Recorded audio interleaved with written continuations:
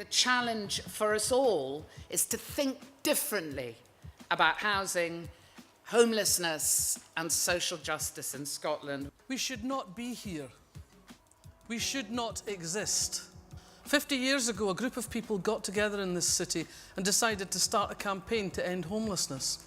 They thought it might take between 10 and 15 years to achieve that goal. 50 years ago. We're here tonight because, in spite of our best efforts, we have failed.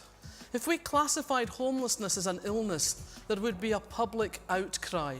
It would be the lead story on the news every night. Headlines every day. Still no cure for killer disease.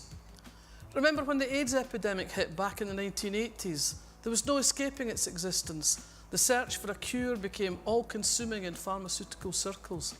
If homelessness was an illness, we'd be demanding a cure. We'd be holding politicians' feet to the fire on a daily basis. Last year, nearly 30,000 Scottish households were classified as homeless. That translates to 80 households losing their homes every single day. Those households contained more than 14,000 children. That's an average of 38 children losing their home every single day. Imagine a disease that caused serious chronic damage to a whole primary school class every single day.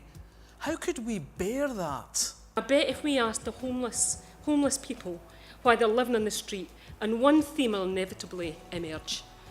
They were unable to navigate the maze of programmes, the plethora of organisations and the procedures intended to help. They're tired of being disappointed and they're tired of being let down. They're tired of services delivered to them and not with them, that don't meet their needs and, more importantly, doesn't make their life better. Preventing homelessness is going to take big government, big policies, big commitment, big spend, and it should be the biggest movement of our time. 50 years of shelter, you must be tired also. One thing that I think should happen or change in Scotland to help us address the housing crisis and to achieve social justice, and it's this: that the dignity that is the right of every human being should lie at the heart of every decision, every proposal and every penny that we spend.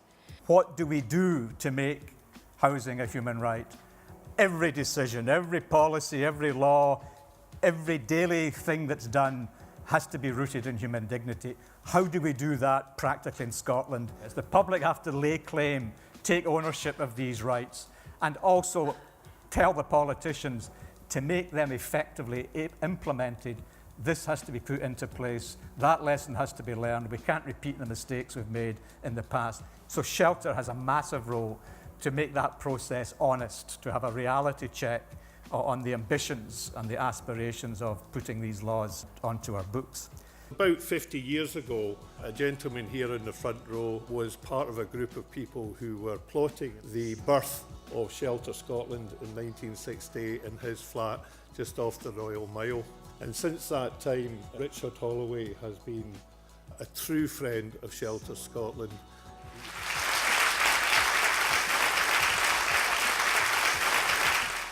When a state organises itself to achieve a great purpose, and when it's led by politicians of vision and recklessness and genius, they can win wars of any sort. So let's will our politicians, let's ask them to think in 50-year cycles and to imagine a Scotland 50 years hence, and then we can all work together to achieve it. Had 50 years of shelter, and everybody who was involved from the beginning hoped that it would be all done and dusted in a matter of 15, 20 years. But here we are, 50 years on, it's worse than it was before, and we really need to get our act together if we're going to be proud of ourselves in future. And maybe long before the next 50 years are up, we won't need Shelter Scotland anymore. Thank you.